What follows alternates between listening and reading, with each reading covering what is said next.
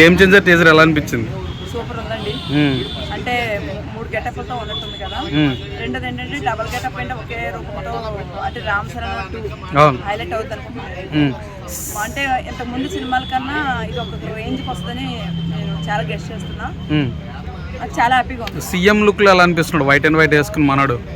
CM look లో అంటే నాకు దాన్ని చూస్తే ఏమనిపిస్తుంది అంటే బాబాయ్ లెక్క అవుతారేమో, మన పవన్ కళ్యాణ్ లెక్క అవుతారేమో అనేసి అనుకోండి. ఎందుకంటే ఆయనకి పవన్ కళ్యాణ్ కొంచెం బేస్ కట్ సంథింగ్ ఆ వాయిస్ ఎవ్రీథింగ్ కొంచెం ఆయనకి తలపించినట్టు ఉంటాడు. అందుకని నేను పవన్ కళ్యాణ్ తర్వాత ఆయన కూడా రాజకీయ పరంగా ఫ్యాన్.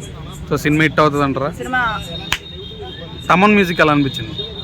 మ్యూజిక్ ఎలా అనిపించింది? మ్యూజిక్ సాంగ్స్ ఎవ్రీథింగ్ బాగున్నాయి, చాలా బాగున్నాయి. మేము ఎప్పుడు వస్తుంది వెయిటింగ్ చేస్తున్నాం. ఓకే, శంకర్ గారు ఇంత ముందు ఒకటి భారతి 2 ఫ్లాప్ పడింది, దీని మీద ప్రెజర్ ఉంటుందా? ఇది బాగుంటుంది అంటారా? ఇందులో ఉండేది రామ్ చరణ్, వాళ్ళకి ఇట్లే కానీ జీరో అవడం అట్లా లేదు.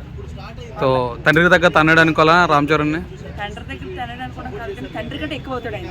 అంటే ఇప్పుడు పులి కడుపున పులే పుడుతుంది అంటారు కదా, ఈయన కూడా ఒక పులికి పులి. So mega power star Ram Charan పడేది, కానీ ఈసారికి గ్లోబల్ స్టార్ రామ్ చరణ్ అని పడింది టైటిల్. సో ఎలా ఫీల్ అవుతున్నారు? కొంచెం బాధగానే ఉంది, కానీ ఒక్కొక్క విషయం చెప్పి మన ఎన్టీఆర్ సినిమా కూడా అట్లాగే అన్నారు. మరి ఆయన ఒక రేంజ్ లో అది మాటలతో కూడా చెప్తారు, సరిపోదు అంత హిట్ అయింది ఆయన సినిమా.